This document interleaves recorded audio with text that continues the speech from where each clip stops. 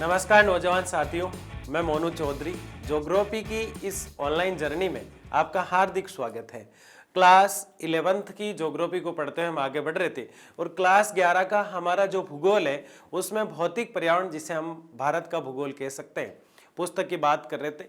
भारत के भौतिक पर्यावरण में इस पुस्तक के अंदर हमने ये देखा, पहला वाला चैप्टर जब हमने पढ़ा तो भारत की स्थिति और आकार के बारे में हमने छोटी छोटी चीज़ों को जाना। उसके बाद सेकंड वाले चैप्टर में हमने भारत के पूरे भूभाग को क्षेत्रफल की दृष्टि से, लंबाई की दृष्टि से, चौड़ाई की दृष्टि से बांटकर पूरा समझा, ताकि तीसरा चैप्टर जब हमने पढ़ा वो बहुत आसानी से समझ में आ गया, क्योंकि उसमें हम नदियां वदियों की बात कर रहे थे। तो नदियां जो है किस प्रकार से निकलती है, कैसे निकलती है, किधर जाती है, अरब सागर में कौन सी गिरती है और बंगाल की खाड़ी में कौन सी गिरती है, ये सारी चर्चाएं हमने पिछले 3 चैप्टर में की। उसके बाद चैप्टर 4 हमने शुरू किया था। चैप्टर 4 के अंदर हम मौसम के बारे में जान रहे हैं, जलवायु के बारे में जान रहे हैं, ऋतु क्या होती है इसके बारे में जान रहे हैं, और मानसून क्या होता है इसके बारे में जान रहे हैं। ये मौसम, ऋतु, मानसून और जलवायु, इसके बारे में हम पूरी चर्चा, हमारा जो लेक्चर फर्स्ट था इसी चैप्टर का, उसमें हमने की। आज हमारा चैप्टर जो 4 है उसी का लेक्चर 2 है, और इस लेक्चर 2 के अंदर आज हम कुछ बेसिक बातें करने वाले हैं, और उनमें सबसे पहले हम बात करेंगे एक छोटी सी चीज की जो बहुत महत्वपूर्ण है कहीं ना कहीं, और वो है मानसून। भाई, हमने मौसम को देखा, हमने ऋतु को देखा, एक क्षणिक अवस्था में, थोड़ी सी देर में, पल पल में जो बदल जाए वो मौसम होता है, लेकिन 2 या 2.5 या 3 महीने के समय से जो बदलती है वो ऋतु होती है। और जलवायु कई सैकड़ों सालों का किया धरा होता है, कई सालों बाद बदलती है, वो होती है जलवायु। मानसून हवाएं होती हैं और ये पश्चिम घाट से प्रवेश करती हैं। हमने इस मुद्दे पर ढेर सारी चर्चाएं की, लेकिन मानसून जो है उसकी जलवायु कैसी है आज हम देखेंगे। यानी मानसून का प्रभाव जो है अलग अलग क्षेत्रों पर अलग अलग कैसे पड़ता है, अलग अलग क्षेत्रों में इसका जो प्रभाव है उसका कारण क्या है, इसके पीछे कौन से ऐसे अलाइनमेंट है, कौन से ऐसे तत्व है जिनसे मौसम जो है, जलवायु जो है, ऋतु जो है वो मानसून से प्रभावित हो जाती है। तो ये सारी चीजें मानसून जलवायु में आज हम देखने वाले हैं।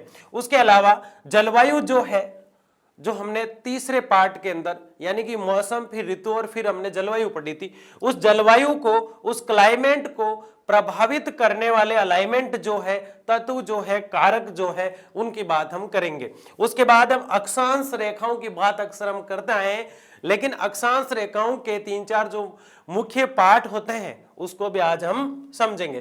तो आज हम ये 3 चीजें पढ़ने वाले हैं। सबसे पहले मानसून जलवायु को हम देखेंगे, उसके बाद जलवायु को प्रभावित करने वाले कारकों को हम देखेंगे, और उसके बाद अक्षांश को हम देखेंगे।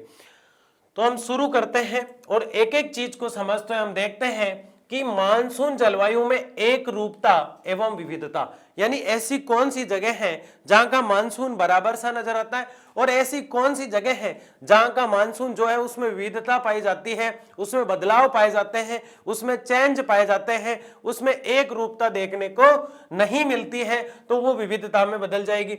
एक समान दिखने वाला मौसम या मानसून कहाँ है, जलवायु कहाँ है, और विविध प्रकार की जलवायु कहाँ है मतलब। तो आज हम क्या करने वाले हैं, आज हम देखेंगे कि भारत के 2 पहलुओं को लेंगे, हम 2 स्थानों को लेंगे, और दोनों की जलवायु अलग, दोनों का मौसम अलग, दोनों की ऋतु अलग, सब कुछ चेंजिंग देखने को मिलेगा आपको। एक ही चीज को हम पढ़ेंगे, जैसे मानसून को पढ़ रहे हैं, और मानसून 2 जगह अलग अलग है, जैसे जैसलमेर का अलग होगा, अरुणाचल प्रदेश का अलग होगा, उसी प्रकार से 3-4 बिंदु हम 3-4 स्थान लेंगे और समय लेंगे, उसके अकॉर्डिंग इस चीज को हम समझते हुए चलेंगे। तो बहुत ही डेडिकेशन वाला, बहुत ही आसानी से समझ में वाला टॉपिक है, लेकिन ध्यान से जब समझ में आएगा, जब एक एक चीज को आप दिल में उतारते जाओगे और ध्यान से समझोगे। देखिए कैसे भारत में एक स्थान से दूसरे स्थान मौसम ऋतु परिवर्तन में अंतर के कारण जलवायु बदलती है। ये क्या कह रहा है, ये कह रहा है भारत में एक स्थान से दूसरे स्थान में मौसम भी बदलता है, ऋतु भी बदलती है, के अंतर के कारण जलवायु भी बदलती है। जैसे यहां का मौसम और इस स्थान का मौसम, माना कि ये राजस्थान है, माना कि ये राजस्थान है, और माना कि ये उत्तर प्रदेश है, उत्तर प्रदेश। इन दोनों स्थानों का मौसम अगर बदला है, क्या बदला है, सबसे पहले मौसम बदला है, उसके बाद ऋतु में भी यहाँ चेंज आते रहते हैं, ऋतु हम पढ़ चुके हैं। मौसम और ऋतु इन दोनों स्थानों पर अगर बदले हैं तो सीधा इफेक्ट जो जाएगा, सीधा बदलाव जिसमें होगा वो होगी जलवायु। वो कौन होगी? जलवायु। क्लाइमेट जिसे हम कहते हैं जलवायु, उसमें सीधा बदलाव आपको देखने को मिलेगा। यानी हम अब तक ये देख रहे हैं कि एक स्थान से दूसरे स्थान पर जब मौसम में, जब ऋतु में चेंज आता है तो जलवायु बदलना शुरू हो जाती है। क्या जलवायु एक दिन में बदल जाती है? क्या जलवायु 5 महीने में बदल जाती है? क्या जलवायु 10 साल में बदल जाती है?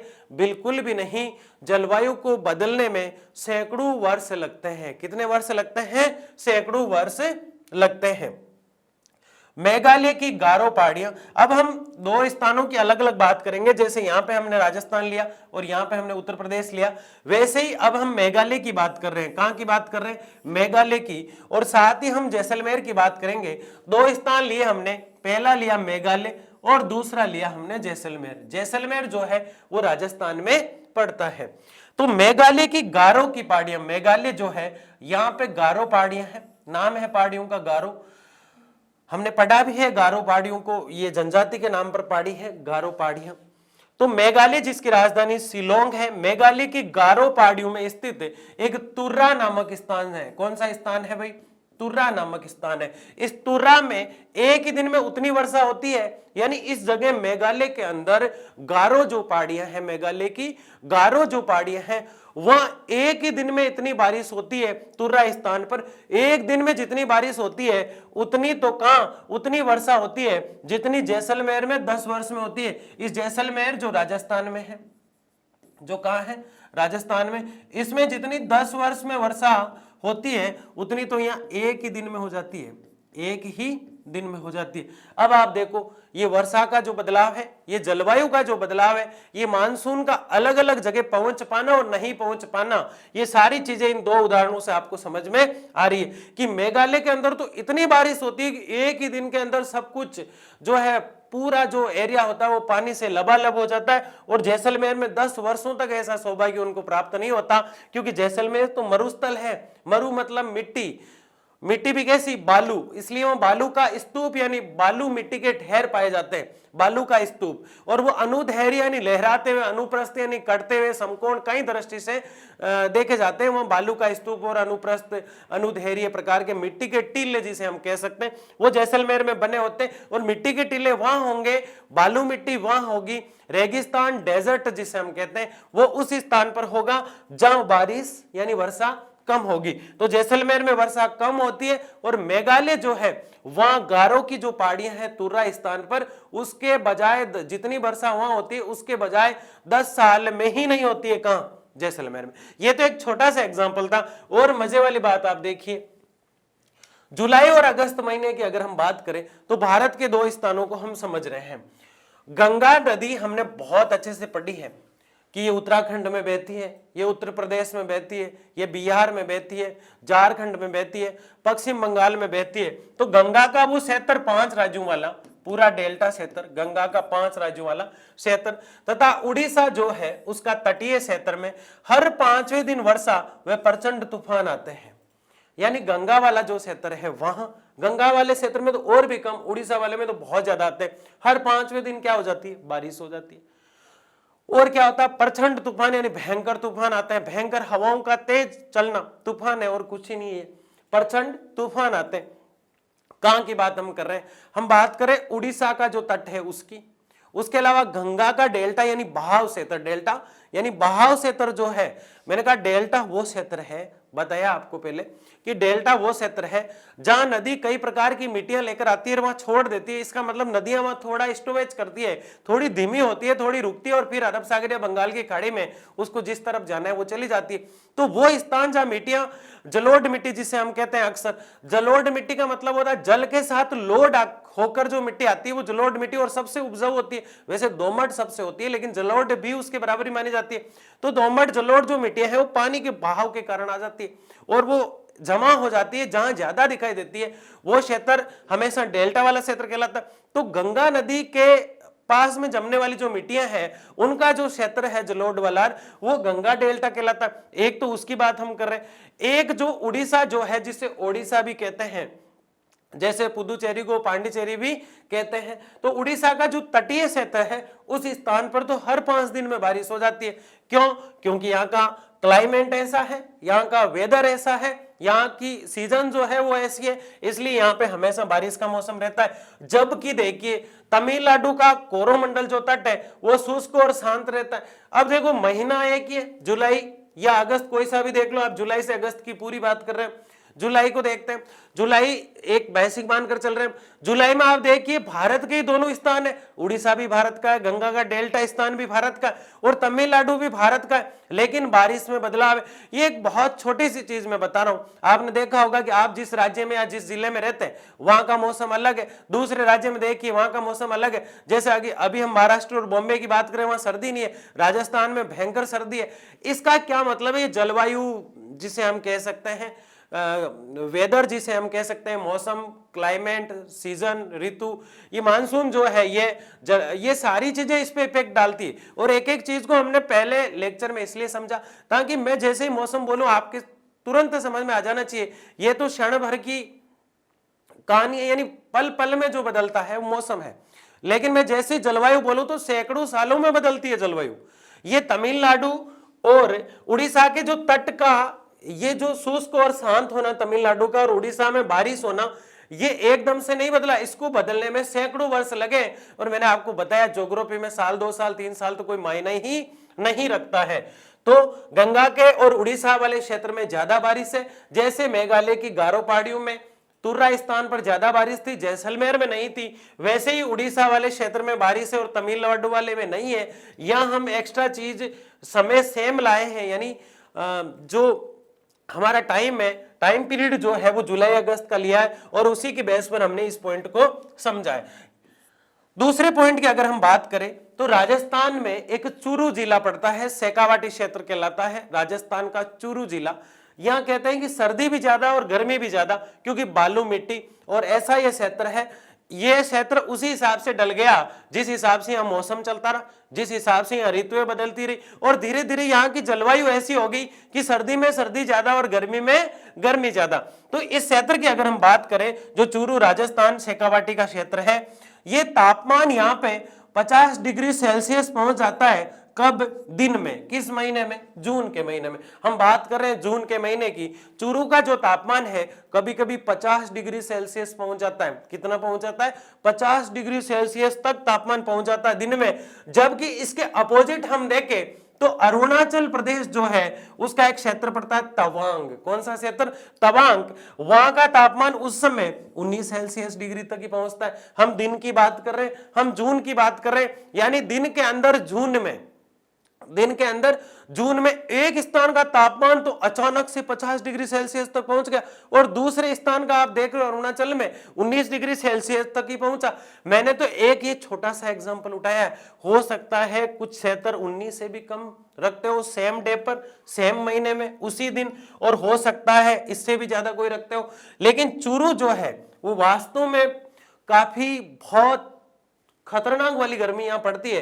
तो सबसे अच्छा उपयुक्त उदाहरण आपको यही लिखना है कि चूरू राजस्थान जो है वहां का तापमान जब 50 चला जाता है तो उसी सेम टाइम सेम दिन जब यहाँ 50 हो गया वहां 19 तक ही पहुंच पाता है। तो ये दिन की बात कर रहे हैं, हम जून की बात कर रहे हैं। तो पहले हमने मेघालय जो है उसकी गारो जो पहाड़ी है तुर्रा स्थान पर, वहां की वर्षा को देखा और दूसरे क्षेत्र की वर्षा को हमने देखा। उसके बाद हमने जुलाई का जो माह है, जुलाई और अगस्त का, उसमें हमने तमिलनाडु और उड़ीसा और गंगा का डेल्टा स्थान का कंपेयर किया। उसके बाद हम जून की बात कर रहे हैं और जून में हम देख रहे हैं कि अरुणाचल प्रदेश और चूरू राजस्थान जो है और अरुणाचल प्रदेश का जो तवांग है उनमें कितना अंतर आ रहा है। लगभग आप देखो यहाँ तो 50 और यहाँ 19। तो और मजेदार बात देखिए आप, उसी रात, एक ही रात की बात कर रहे हैं हम, दिसंबर, उसी रात एक भयानक कहानी, 2 भूत और एक भूतनी, है ना। तो ऐसी वाली नहीं है उसी रात वो मीडिया वाले दिखाते हैं ना, तो ऐसा नहीं है। दिसंबर की उस रात की बात कर रहे हैं जब मौसम में बदलाव आया है। अचानक से हम देख रहे हैं कि वहां का मौसम अलग है और यहाँ का मौसम अलग है। क्या ये मौसम का कारण एक दिन का बदलाव है? क्योंकि हमने तो कहा था मौसम पल भर में बदलता है, लेकिन वो पल भर में बदलते बदलते बदलते बदलते ऋतु का रूप लेता है, ऋतु बदलते बदलते बदलते बदलते जलवायु का रूप लेती है और सैकड़ों साल लग जाते हैं इस प्रक्रिया में। तो वहां का मौसम और यहाँ का मौसम आज चेंज दिख रहा है, तो इसके पीछे सैकड़ों साल की कहानी है, इसलिए इसको हम जलवायु कह देते हैं। तो उसी रात की बात कर रहे हैं, दिसंबर की एक रात, मान लो आप द्रास स्थान पड़ता है लद्दाख में, वहां का तापमान -45 डिग्री रहता है रात में लद्दाख में। लद्दाख बहुत ठंडा स्थान है, तो 45 डिग्री माइनस यहाँ का तापमान है द्रास स्थान लद्दाख का। उसी रात चेन्नई में तिरुवनंतपुरम में -20 डिग्री सेल्सियस तापमान रहता है। देखो यहाँ 25 डिग्री सेल्सियस माइनस की बात हो रही है, यहाँ पे इतनी ठंड है, यहाँ थोड़ी कम ठंड है, यहाँ बहुत ज्यादा ठंड है। उसी रात की बात करें तो हमने पहला उदाहरण तो यूं नॉर्मल लिया, दूसरा हमने महीने के हिसाब से जुलाई अगस्त का लिया, तीसरा हमने जून का लिया और चौथा एग्जाम्पल हमने दिसंबर का लिया, ताकि ये चीज क्लियर हो जाए कि जलवायु जो होती है वो मौसम, ऋतु और मानसून इन सबसे प्रभावित होकर अपना जो स्थान है उस स्थान के बजाय दूसरे स्थान में परिवर्तन दिखाने का प्रयास करती है। और इसके पीछे कहानी क्या है, मौसम, ऋतु ये सब बदलते हैं इस जलवायु को, और ये जलवायु जो है ये बनती है मौसम और ऋतु इन सब से। आगे देखिए वर्षण क्या है, इस चीज को हमने देखा है। वर्षा जो होती है उसकी प्रक्रिया क्या है, या तो वो हिम के रूप में हो रही है यानी बर्फ के रूप में बरस रही है, या वो कोहरा के रूप में बूंदे दिखाई देती है हमें सुबह सुबह मॉर्निंग में कोहरा के रूप में, या फिर वो मूसलाधार बारिश हो रही है। वर्षण का मतलब है कि बारिश जो होती है, वर्षा जो होती है वो किस प्रकार से आ रही है, बर्फ के छोटे छोटे कणों के रूप में आ रही है, या फिर भयंकर मूसलाधार रूप में आ रही है, या रिमझिम बारिश जिसे हम कहते हैं वैसे आ रही है, इसको कहते हैं वर्षण। वर्षा की प्रक्रिया है, वर्षण क्या है, वर्षा की प्रक्रिया। कई बार ये डिप्रेशन में डाल देता है यार वर्षण क्या है, वर्षा की प्रक्रिया है, ठीक है। वर्षण क्षेत्र के आधार पर होता है, वर्षण जो होता है वो क्षेत्र के आधार पर होता है। जैसे जम्मू में बारिश होगी तो उस हिसाब से होगा, अगर राजस्थान के डेजर्ट वाले क्षेत्र में, जैसलमेर का उदाहरण हमने अभी पढ़ा था, वहां बारिश होगी तो उस हिसाब से होगी। वहां हिम वाली बारिश के चांस बहुत कम रहते हैं क्योंकि वो तो डेजर्ट है, मरुस्थल है। हिमालय में अगर बारिश होगी तो हिमपात होगा क्योंकि वहां से बर्फ उठी थी। और सवेन प्रक्रिया अगर आपने नाम नहीं सुना है तो मैं बताऊं बारिश कैसे होती है, वर्षा कैसे होती है। देखो ये पानी है और ये समुद्र के अंदर पड़ा है, यहां से ये पानी गर्म होता है, इस स्थान से गर्म होता है और गर्म होकर ये ऊपर उठना शुरू कर देता है, फिर ये ठंडा हो जाता है और फिर वापस आना शुरू कर देता है इस स्थान पर। तो इस प्रकार से ये प्रक्रिया जो है बारिश की प्रक्रिया शुरू हो जाती है, इसको हम कहते हैं सवेन प्रक्रिया। इसको और डिटेल से हम देखेंगे क्योंकि ये अभी टॉपिक नहीं है हमारा। सवेन प्रक्रिया, ये सवेन प्रक्रिया के कारण ही अगर हिमालय वाले क्षेत्र से पानी उठा है तो वहां पानी तो है नहीं पर्टिकुलर, तो बर्फ के टुकड़ों के रूप में तो पूरे पिघलते नहीं और बर्फ के रूप में हिमपात यानी हिम छोटे छोटे कण बर्फ के जो होते हैं वो बारिश करना शुरू कर देते हैं। अन्य क्षेत्रों में बूंदों के रूप में होती है, जैसे हमने कहा जैसलमेर। वर्षा में भी अंतर होता है, यहाँ ज्यादा बारिश होगी, बूंदों वाले क्षेत्र में कम बारिश होगी। तापमान में भी अंतर होता है, तापमान में तो आपने देखा ही है चूरू का तापमान अलग है, दूसरे स्थान का तवांग का अलग है, अरुणाचल का। तो ये जो मौसम, जो बारिश है वो जहां होती है वो उस मौसम के अकॉर्डिंग, जहां का मौसम जिस प्रकार से रहता है और जहां फिक्स होता है कि इतनी बारिश होती है, लगभग उतनी होती है, कभी कभार ज्यादा हो जाती है। क्यों? क्योंकि उस मौसम के आधार पर ही मौसम वैज्ञानिक जो होते हैं वो डिसाइड करते हैं कि यहाँ पिछले 100 साल से इतनी बारिश हो रही है तो यहाँ इतनी ही बारिश होगी। कभी भी ऐसा नहीं होता है कि जैसलमेर में अचानक से बाढ़ आ गई और हिमालय वाले क्षेत्र में सूखा पड़ गया। आपने कभी सुना? बिल्कुल भी नहीं सुना, क्योंकि मौसम हमेशा उसी हिसाब से चलता है, वहां का क्षेत्र कैसा है।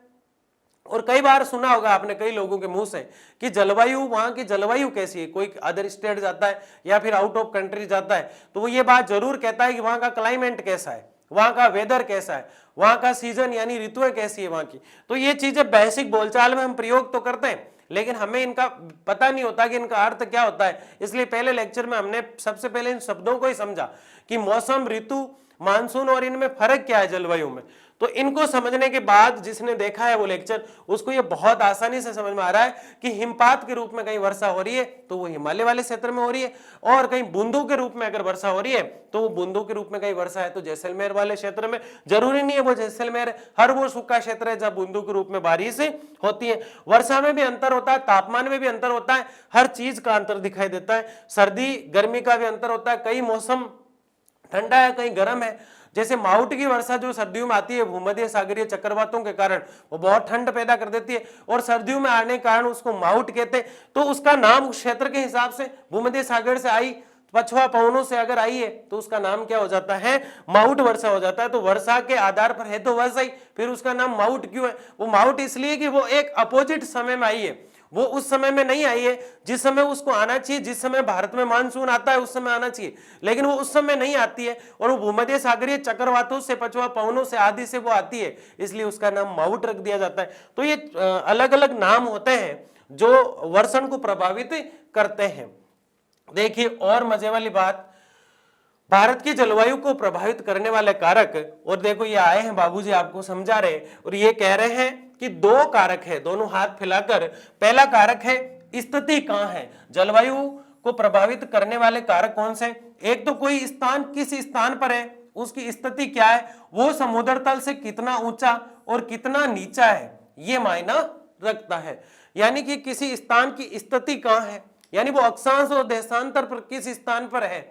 जैसे जैसलमेर की बात करें तो जैसलमेर किस जगह स्थित है, तो राजस्थान में, भारत के अंदर राजस्थान, राजस्थान के अंदर जैसलमेर, तो ऐसे देखा जाता है। उसके अलावा ऊंचावच, उसकी समुद्र से दूरी कितनी है, ये देखा जाता है। तो स्थिति और ऊंचावच तो आप समझ गए। तो ये दोनों कारक प्रभावित करते हैं, लेकिन इन दोनों को एक बनाकर पढ़ा जाता है। स्थिति तथा ऊंचावच जो होते हैं वो किस प्रकार प्रभावित करते हैं, तो ये हम देख रहे हैं। वायुदाब एवं पवन संबंधी कारक, यानी वायुदाब कैसा है, यानी वहां की हवाएं जो नीचे आती है फिर ऊपर जाती है, ठंडी होती है, गर्म होती है, ये प्रक्रिया जो होती है इसको वायुदाब कहते हैं। एवं पवन संबंधी, हवाएं कैसे चलती है, किस प्रकार से। हमने जब पहला लेक्चर पढ़ा तो हमने पवनों की दिशा और पवनों की गति शब्द पढ़ा था। पवनों का मतलब होता है, पवन मतलब हवा होती है, तो हवा की दिशा क्या होती है और हवा की गति क्या है, इन चीजों को भी, ये चीजें भी जलवायु पे इफेक्ट डालती है। तो ये दोनों ही चीजें हवा के बारे में बता रही है कि हवा वहां कितने दाब से चलती है, किस दिशा में चलती है, यानी हवा जो है कितने दाब से चलती है, किस दिशा में चलती है, किस गति में चलती है, ये चीज जलवायु पर इफेक्ट डालती है और ये जलवायु का कारक है। तो इन तीनों को अलग नहीं कहकर हम वायुदाब और पवन संबंधी कारक कह देते हैं। यानी जलवायु को प्रभावित करने वाले दोनों पॉइंट आपको याद हो जाना चाहिए।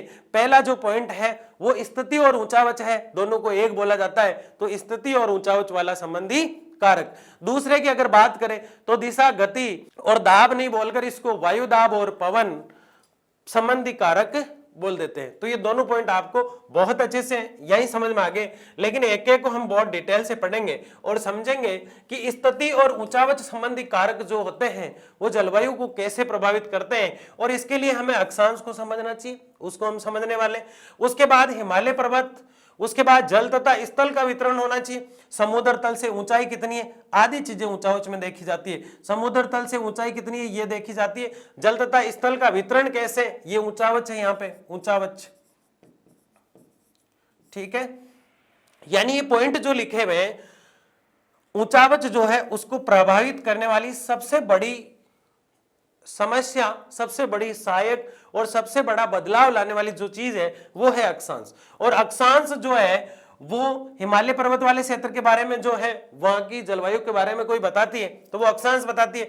और ये दोनों पॉइंट जो है ये इस ऊंचावच के पार्ट है कि ऊंचावच जो होता है जल तथा स्थल का वितरण बताता है और समुद्र तल से ऊंचाई बताता है। तो ये चारों पॉइंट मैंने इसलिए लिखे हैं कि ये किसी भी फॉर्म में आपसे क्वेश्चन जो है पूछा जा सकता है और आप किसी भी तरह से पॉइंट को लिख सकते हैं। यानी कि जलवायु को प्रभावित करने वाले कारक कौन से, हमने दो पढ़े, स्थिति और ऊंचावच। उसके बाद हमने बात की थी वायुदाब और पवनों की, लेकिन हम बहुत डिटेल से अगर कहें 7-8 पॉइंट बनाना चाहे तो ऊंचावच की बात होती है। ऊंचावच वाले कारक, स्थिति वाले कारक, पवनों की दिशा वाले कारक, गति वाले कारक, आदि वायुदाब वाले कारक, समुद्र तल से ऊंचाई वाले कारक, जल तथा स्थल के वितरण वाले कारक, हिमालय पर्वत वाले कारक, अक्षांश प्रभावित करने वाले कारक, तो ढेर सारे कारक बन जाते हैं। लेकिन इतने कारक बनाने क्यों, जब बुक वाले ने भेद नहीं किया इस चीज में, पूरी तरह से उसने बताया ही नहीं, उसने सिर्फ दो ही चीजें दी है, तो दो चीजें तो बेसिक माइंड में क्लियर हो ही गई कि जलवायु को, क्लाइमेट को प्रभावित करने वाले, डिस्टर्ब करने वाले या साथ देने वाले या इसको समझाने वाले जो चीजें हैं, जो कारक है, जो तत्व है, जो अलाइनमेंट है, उन्हीं के बारे में चर्चा हो रही है। तो देखो ये चीजें जो है वो जलवायु को प्रभावित करती। आगे देखिए, अक्षांश की अगर हम बात करें तो बहुत महत्वपूर्ण पार्ट है ये अक्षांश। मैंने कई बार आपको यूं मौखिक रूप से चलती चलती क्लास में बताया है कि पृथ्वी को हम इस प्रकार बना लेते हैं, और फिर आप कहेंगे सर आपने तो कहा था पृथ्वी चपटी है, तो मैं आज भी कह रहा हूं कि पृथ्वी कैसी है, चपटी है इस प्रकार से। लेकिन ग्लोब में इसको समझने की दृष्टि से यूं इसे बनाया गया है ताकि ग्राम वेलने का बहुत अच्छे से समझ में आ जाए ये ग्लोब आपको, इसलिए इसको चपटा नहीं बनाकर हमने सीधा बनाया है। और पृथ्वी के बीचों बीच हमने एक रेखा खींची है इस प्रकार से, इसको नाम दिया हमने जीरो, और ये पृथ्वी के मध्य यानी भूमि के मध्य है। कहां है, भूमि के मध्य, इसलिए इसका नाम क्या हो गया, भूमध्य रेखा। कई लोग इसे विषुवत रेखा भी कहते हैं, विषुवत रेखा। कुछ लोग इसे इक्वेटर के नाम से भी जानते हैं, तो इक्वेटर भी याद कर लो। तो इसके ढेर सारे नाम हैं, किसके, भूमध्य रेखा। इससे 23.5 डिग्री ऊपर हमने एक रेखा और खींची 23.5 डिग्री, और इसके नीचे भी हमने एक 23.5 डिग्री पर और रेखा खींची। और मुझे ये याद नहीं हुआ करती थी, तो मैंने इसकी एक ट्रिक बनाई कम। कैसे मैंने करक रेखा याद की कि करक रेखा जो होती है वो 23.5 डिग्री ऊपर है भूमध्य रेखा से, और मकर रेखा जो है वो नीचे है। तो ये बहुत आसानी से याद हो गई। अब अंटार्कटिक, आर्कटिक, और फिर लास्ट में यहाँ ध्रुव बन जाते हैं, यहाँ पे भी रेखाएं खींची गई है। और यहाँ लास्ट में आते आते रेखाओं को जब हम खींचते खींचते जाएंगे तो लास्ट में यूं पॉइंट बच जाएगा। भाई मैं रेखा खींचना शुरू करूंगा, यहां से पहले ऐसे खींचूंगा, ये देखो इधर से इस रेखा को मैं समझाने की दृष्टि से ऐसा बना रहा हूं, ऐसी है नहीं, ठीक है ना। तो ये ऊपर वाला जो क्षेत्र है ये उत्तरी गोलार्ध हो गया, उत्तरी गोलार्ध, क्योंकि गोला आधा हो गया उत्तरी गोलार्ध, और ये दक्षिणी गोलार्ध हो गया, दक्षिणी गोलार्ध। क्योंकि गोला अगर आधा आधा हो गया तो उसका गोला अर्ध यानी गोला अर्ध यानी गोला आधा हो गया, और उत्तर दक्षिण की बात हम कर ही रहे। ये यहाँ पे ध्रुव हो जाता है, पोलर जिसे हम कहते हैं। तो ये उत्तरी ध्रुव, ये दक्षिणी ध्रुव है, और ये ऊपर हमेशा उत्तर होता है, तो ये उत्तरी ध्रुव है। ये बात हमने की है कई बार। लेकिन आज हम क्या देख रहे हैं, ग्लोब के अंदर जितनी भी आड़ी रेखाएं जो होती है उन्हें हम अक्षांश कहते हैं, और जितनी भी खड़ी रेखाएं जो होती है उन्हें हम देशांतर के नाम से जानते हैं। लेकिन ये तो सिंपल बोलचाल की भाषा में हम कहते हैं कि जितनी भी आड़ी रेखाएं होती है उन्हें हम अक्षांश कहते हैं, और जितनी भी खड़ी रेखाएं होती है उन्हें हम देशांतर कहते हैं। लेकिन अगर हम देखें तो ये हमने इस प्रकार से ग्लोब को बनाया था, और सबसे पहले हमने भूमध्य रेखा खींची, तो दूसरी रेखा हम जब खींच रहे हैं ये थोड़ी सी तिरछी चलती है और ये वृत्त की आकृति बना लेती है, तो अक्षांश कई कई रूप में वृत्त का नाम भी इसे दिया जाता है। दो अक्षांश जो होते हैं, आड़ी रेखाएं दिखाई दे रही है, दो अक्षांश जो होते हैं उनके बीच 111 किलोमीटर का गैप होता है, और इसे जोन कहा जाता है। इसे क्या कहा जाता है, जोन। अगर देशांतर के बीच की दूरी को हम देखें तो उसकी जो बीच की दूरी है उसको गोरे कहा जाता है। यह आगे जब आप कॉलेज में पढ़ोगे, ट्वेल्थ में भी आती है थोड़ी थोड़ी बेसिक सी, लेकिन हमें पता होना चाहिए ये चीजें, ताकि हम अक्षांश को बहुत अच्छे से देख लें। क्योंकि अक्षांश का नाम आया तो उसके बारे में बाकी चीजें छोड़े ही क्यों, सारी चीजें लेके चलते हैं। तो अब क्या हम देख रहे, ये जैसे जैसे अब आप कहोगे सर इसमें तो बड़ी दूरी दिखाई दे रही है, लास्ट में तो यहां देखो दूरी कम होगी, तो ये घटती रहती है। सबसे ज्यादा दूरी जो होती है वो भूमध्य रेखा पर होती है, 111। तो आज इसी चीज की हम बात कर रहे हैं। अक्षांश और देशांतर जो होते हैं इन्हें इंग्लिश में लैटिट्यूड और लॉन्गिट्यूड बोला जाता है। तो अक्षांश और देशांतर काल्पनिक रेखाएं होती है, कहीं भी आप रुक के नहीं देख सकते कि यहाँ खींची हुई है या नहीं है, ये तो मैप पर बनाई हुई रेखाएं होती है। कई जगह एक पत्थर का बोर्ड लगा दिया जाता है कि यहाँ से अक्षांश रेखा गुजर रही है, बस इतना ही, ऐसा नहीं कि लाइन है, कहीं भी पृथ्वी पे लाइन देखने को नहीं मिलती है। भूगोल में किसी स्थान की स्थिति को बताने के लिए उस स्थान का अक्षांश तथा देशांतर बताया जाता है। जैसे मैं राजस्थान के किसी भी स्थान पर रहता हूं, या फिर आप यूपी के किसी स्थान पर रहता है, या कोई बिहार या झारखंड के किसी भी स्थान पर रहता है, तो उसकी स्थान की लोकेशन जो होती है वो अक्षांश और देशांतर के माध्यम से बताई जाती है कि इस अक्षांश से लेकर इस अक्षांश के बीच, जैसे भारत का अक्षांशीय और देशांतरीय विस्तार हमने पढ़ा था ना, तो ये वो अक्षांश देशांतर थे। अक्षांश आड़ी दिखाई देती है, देशांतर खड़ी दिखाई देती है। मौखिक बोलचाल में इसको ऐसे ही देखा जाता है।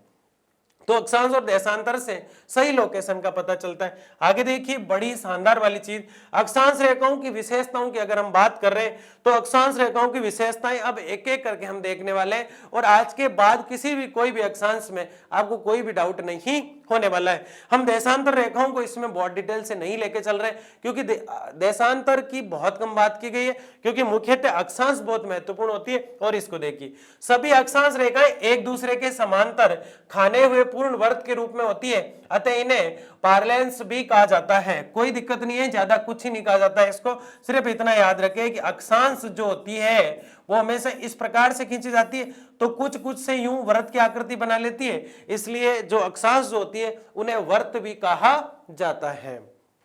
ठीक है, सभी अक्षांश रेखाएं ग्लोब पर शुद्ध और पूर्व से पश्चिम दिशा में खींची जाती है। बड़ी मजेदार बात है कि आप इसको उल्टी नहीं खींच सकते, ये पूर्व से पश्चिम की ओर खींची जाएगी इस प्रकार से यूं। अब आपको नहीं, मैं तो पश्चिम से पूर्व खींचू, खींच लो कोई दिक्कत नहीं है, लेकिन आप इसको ऐसे खींच दिया तो ये देशांतर हो जाएगी। ये क्या हो जाएगी? देशांतर हो जाएगी। अब मैंने एक ये इधर गई तो इसका मतलब ये नहीं कि एक अक्षांश को इधर डालना है आपको, है ना। सभी अक्षांश रेखाएं ग्लोब पर शुद्ध होती है, पूर्व से पश्चिम दिशा में खींची हुई होती है। आप याद रखें पूर्व से पश्चिम। और अगर मैं कहूं पप्पू, क्या कहूं मैं? पप्पू, तो पृथ्वी घूमती है पश्चिम से पूर्व की। और याद रखना आपको, सभी अक्षांश रेखाओं के में केवल भूमध्य रेखा ही वृत्त होती है, यानी बहुत बड़ा सर्किल अगर कोई बनाती है तो वो भूमध्य रेखा है। क्यों भाई, ऐसा क्यों? क्योंकि मैंने बताया था सबसे ज्यादा गैप कहां दिखाई दे रहा है, यहाँ। अब इसके आगे तो जो अक्षांश खींची जाएगी वो छोटी होती जाएगी।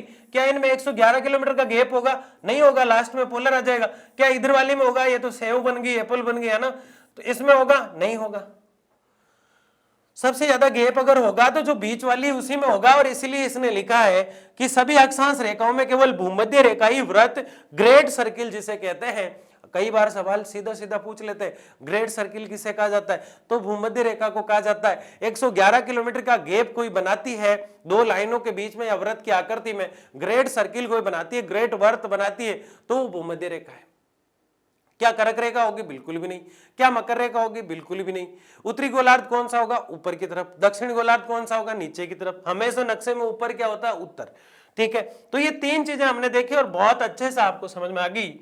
आगे देखिए, भूमध्य रेखा ध्रुव को छोड़कर शेष सभी अक्षांश रेखाएं लघुवर्त होती है। ये लघु होती रहेगी भाई, हम बार बार ग्लोब लेके आ रहे हैं आपके सामने ताकि आपको बहुत अच्छे से समझ में आ जाए। ये जो है भूमध्य रेखा 0 डिग्री विषुवत या इक्वेटर जिसे हम कहते हैं, उसके बाद सारी रेखाएं जो होगी ऊपर की तरफ अक्षांश वो छोटी होती जाएगी, क्योंकि ये भी तो छोटा हो रहा है। ये इस प्रकार से गोला ऊपर, आपने फुटबॉल देखा है, एप्पल देखी है, सारी चीजें देखी है। ये बातें बहुत पुरानी होगी कि पृथ्वी एप्पल की तरह होती है, वो होती है कुछ नहीं, पृथ्वी चपटी होती है, इतना याद रखें।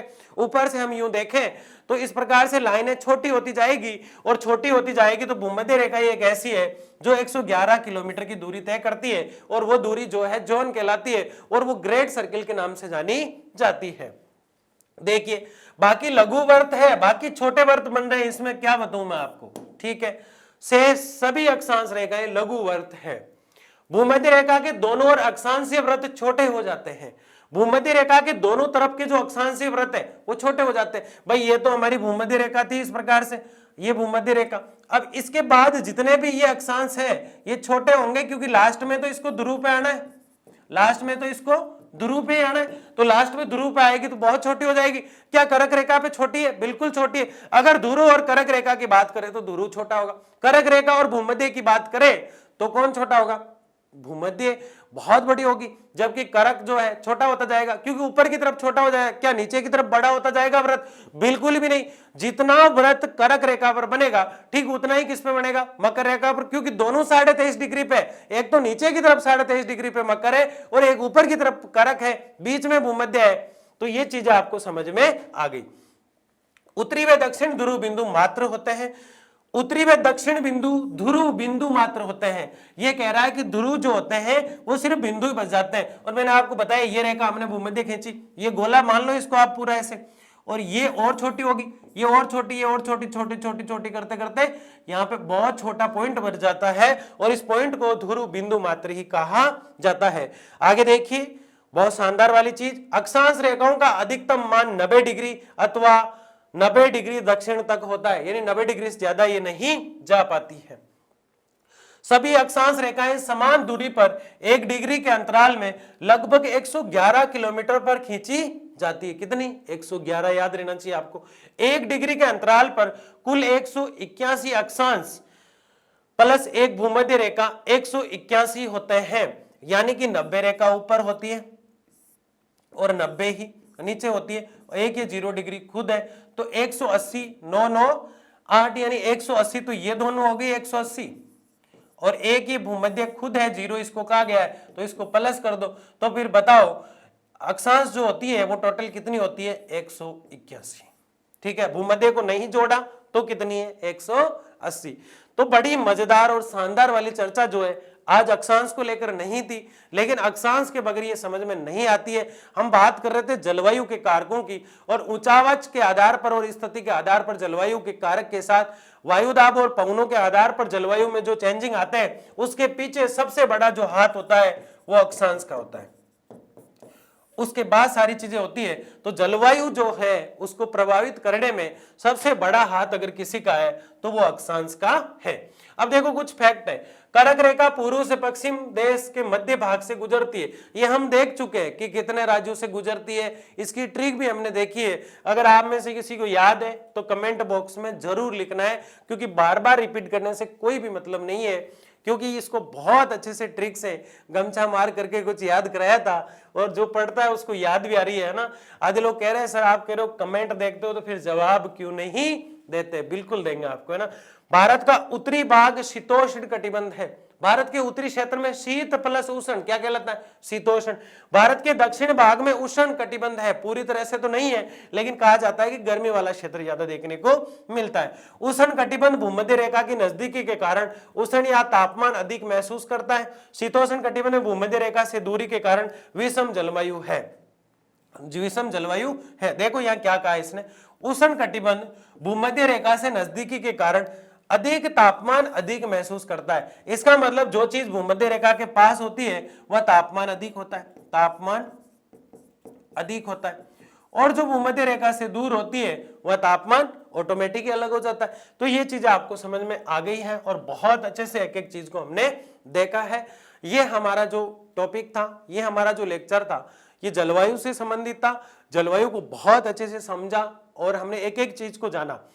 नेक्स्ट जो लेक्चर है इससे भी ज्यादा इंपॉर्टेंट है, बने रहिए, लाइक कीजिए, शेयर कीजिए, सब्सक्राइब कीजिए और बहुत मेहनत और शिद्दत के साथ पढ़ते रहिए। धन्यवाद।